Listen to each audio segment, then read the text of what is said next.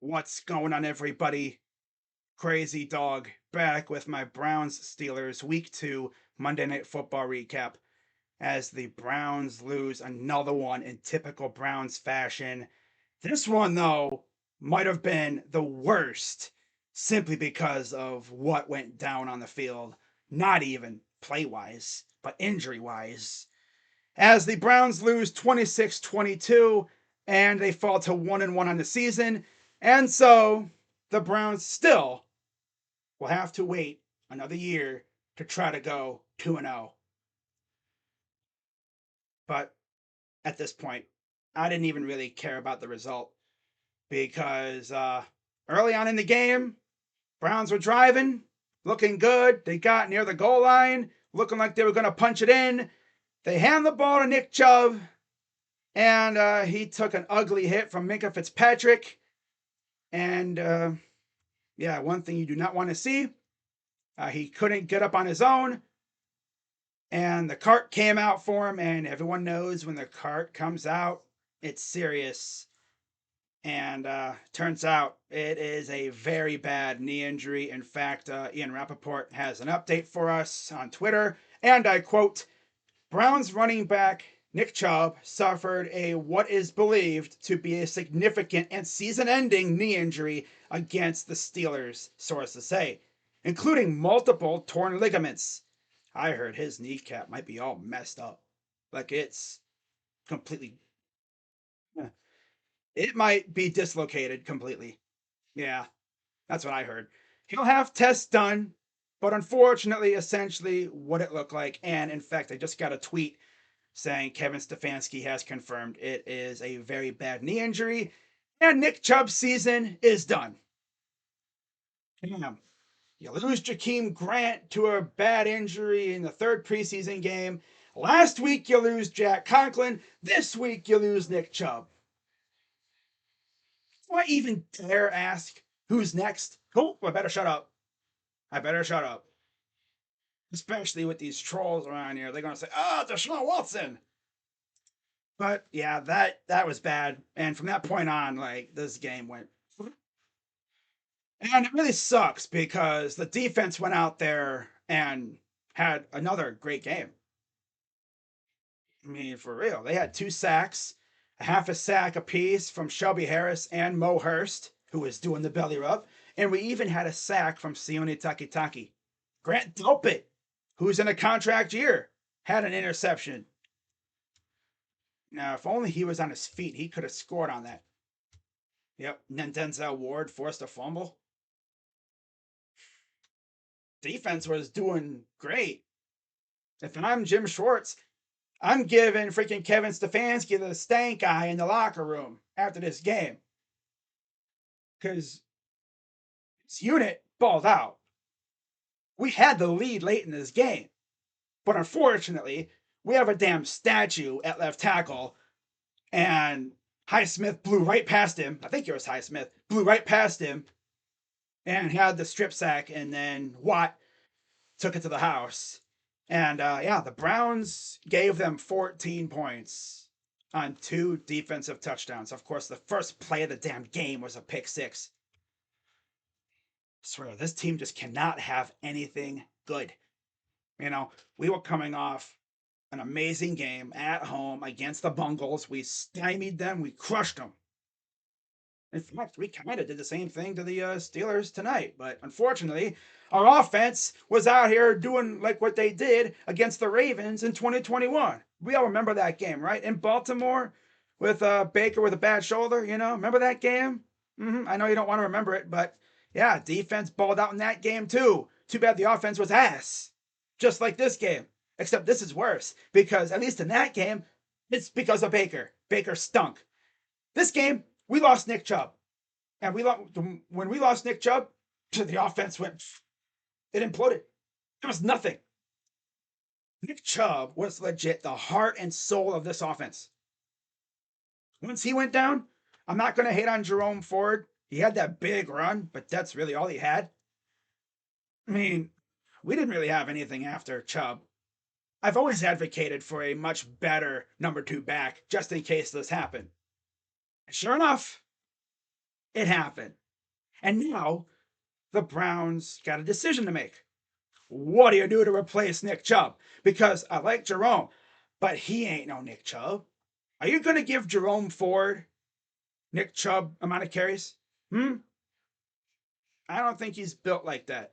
He's good, but he's not our bell cow. No. Now, immediately, I'm sure people are going to come out and say guys like Cam Akers, Jonathan Taylor, Leonard Fournette. Those would be three great options, especially Akers. But I just don't know what we're going to do there. Something tells me we're going to go low cost option like Dearness Johnson or something. Maybe Trey Sermon. I mean, I don't hate Trey, but I mean, we're trying to, compete for a championship here. Our window's open, right? And I know Barry knows that. So I'm sure he'll make a good move and he'll get us a solid bell cow to replace Chubb. Obviously, there's no replacing Chubb, but something to at least hold it down until next year. This freaking sucks, man. Yeah, looking at how Watson did, 22 of 40, 235 yards, one touchdown, one bad interception, of course. Some will say it was on him, but most people are going to say it's on Bryant because it went off his hands. Hit sacked 6 times, so offensive line did him no favors.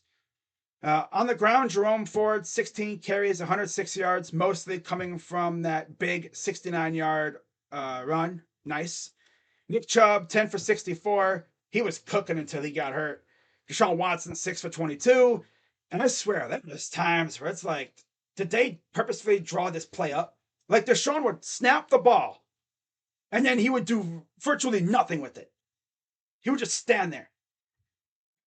It's like, dude, you do know the Steelers got a pretty nasty pass rush, right? You would think he would know to get rid of the ball quick, right? Because it's pretty clear he wasn't thinking about that. Elijah Moore had 1 carry for 5 yards, and Pierre Strong had 2 for 1. And he had a touchdown. Yeah. Now, through the air, I mean, Amari Cooper, who almost didn't even play because of a groin injury, thank God he played, otherwise we would have been even more screwed. 7 receptions, 90 yards for him. And Njoku, 4 for 48. Moore, 3 for 36. Bell, 3 for 27. Jerome Ford, 3 for 25 and a touchdown. Donovan Peoples-Jones, 1 for 7. Jordan Akins had 1 reception for 2 yards. Once again, they tried for Marquise Goodwin, and no catches there. In fact, the throws weren't even close. Clearly, they're still trying to mesh because, of course, Marquise didn't have a training camp because he was battling freaking blood clots. I don't even know if he even has that elite speed anymore. Harrison Bryant, a.k.a. Brick Hands Bryant, 0 for 2. And then Pierre Strong, 1 target, no receptions.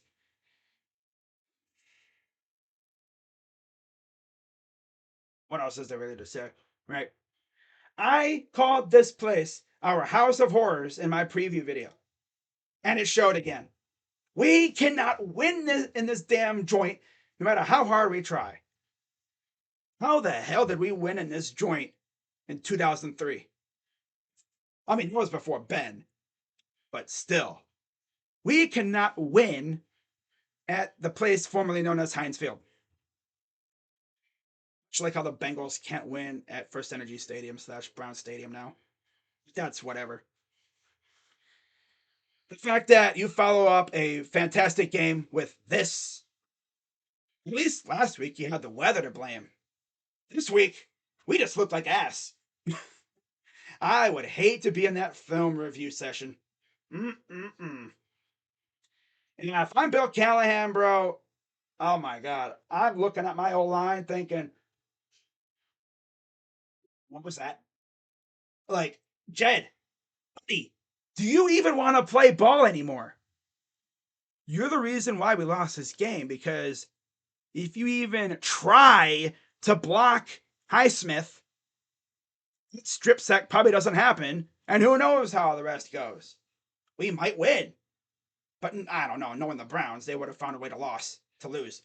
Because as you know, the Browns love finding new and creative ways to lose. It's been our thing for years. They love to torture us. And the worst part is, the Guardians are ass. They're out of it. And the Cavs don't start for another month.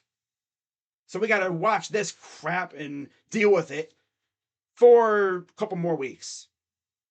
And now the Browns head back home to face the Titans. Derrick Henry, Ryan Tannehill, D Hop, a guy who could have been a Brown, of course, Treylon Burks and company.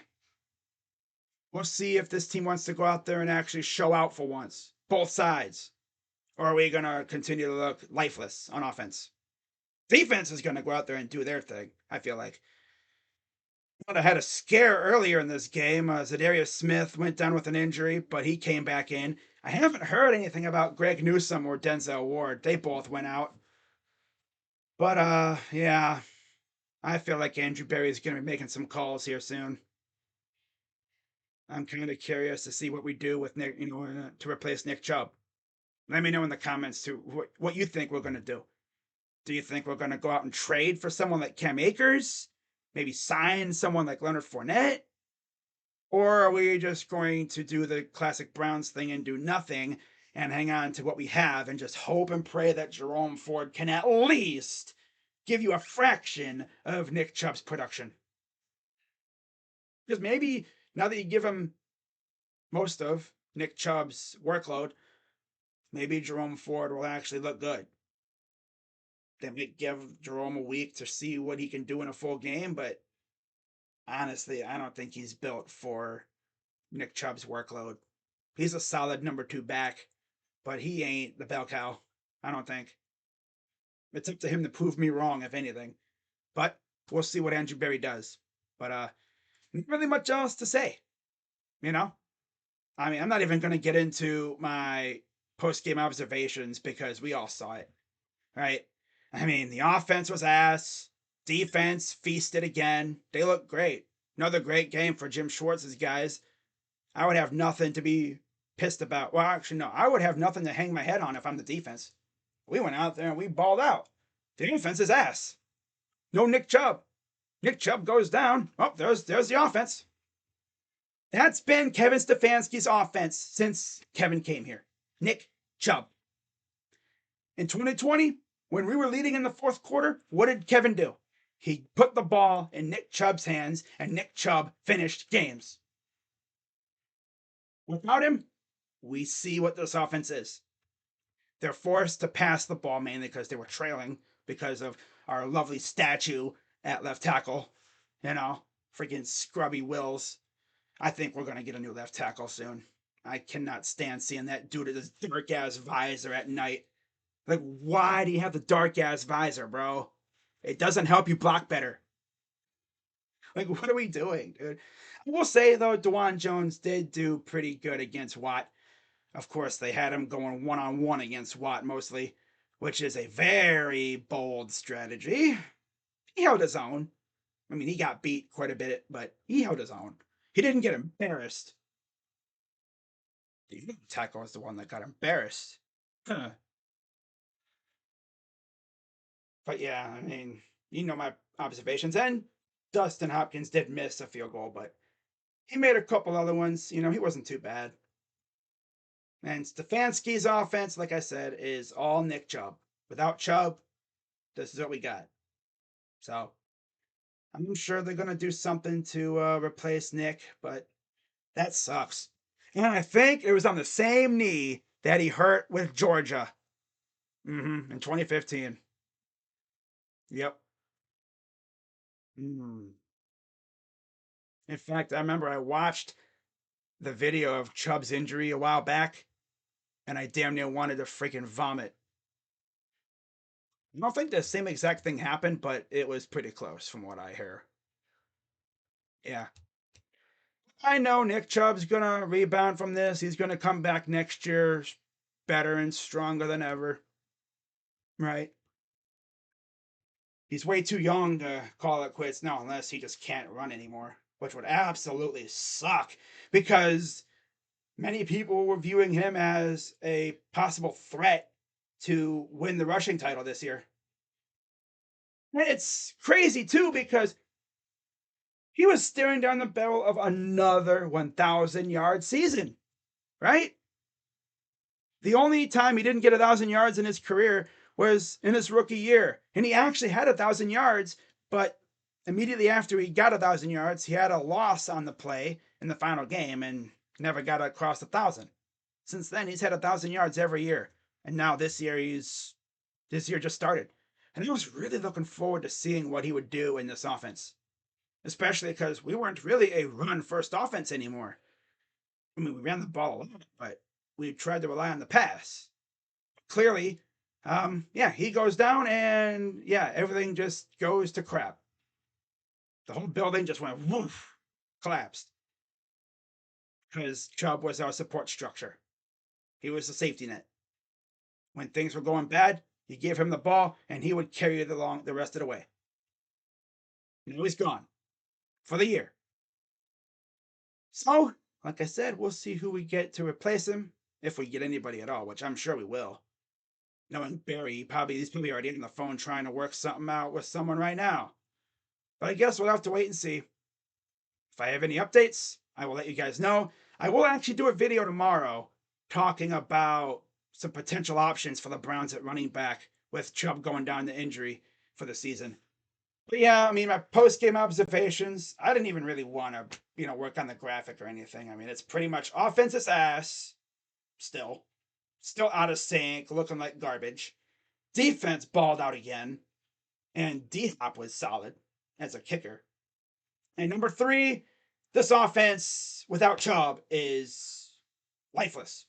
No pulse. It sucks. Like, I had no faith that we were going to win this game, because usually in these situations, you give the ball to Chubb, and he would get you down the field where you want to go. It's like a car with no motor. Yeah.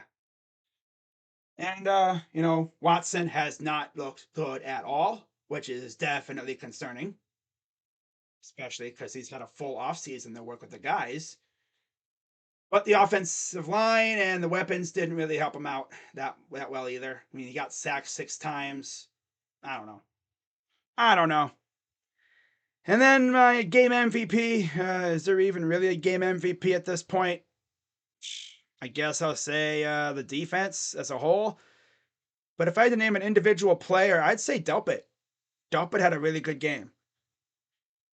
So that's really all I got for you guys. And like I said, I will get you guys an update when I hear about one for Chubb and possible options that we bring in to replace him, which I'm sure we're going to look at options to replace him. I don't think we're going to roll with what we have, because what we have isn't very good. A Cam Akers, a Leonard Fournette. I wish Jonathan Taylor would have been good to go, but he's on the IR or whatever, so he won't be ready for a couple weeks now. But man, Jonathan Taylor would be amazing. And Cam Akers too. But no, Flenny wouldn't be bad either. But yeah, we'll see what goes down. But shout out to everybody who was in the stream tonight. Shout out to the Steeler fans. Shout out to my guy, Steel Maiden / Steel Sermon / Yinzer Max Sports, for having me on his channel yesterday. It was fun. Yep. It was pretty clear that Chubb was the key to this game, and he went down. That was it. Yep, that was it. That was it. And then also Minkah Fitzpatrick went down too. He went down on that play, and then he got hurt a little while later on the Jerome Ford big run that he had, because Deshaun Watson put a pretty good block on him. I think he hit him in the chest, and then Minkah got hurt. So we'll see what happens with him. And then if I have any updates on Newsome and Ward and the others, I will let you guys know. So with that being said, I'm going to wrap this up, and I will see you all probably Tuesday for my Titans game preview as we try to rebound from this crap back at home. So, oh boy, it's going to be a tough week. That's for sure. It's going to be weird not seeing 24 out there toting the rock for the rest of the year. But I know he's going to work hard to come back stronger and better next year. That's just the way he is. And of course, it had to happen to arguably one of the best guys ever.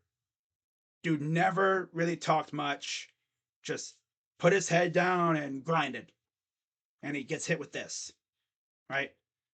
But yeah, that's going to wrap it up, guys. I will see you all later. Going on 20 minutes. My God, and it's all me rambling. Well, yeah. I'll see you guys later. Go Browns. I'm out. Bye.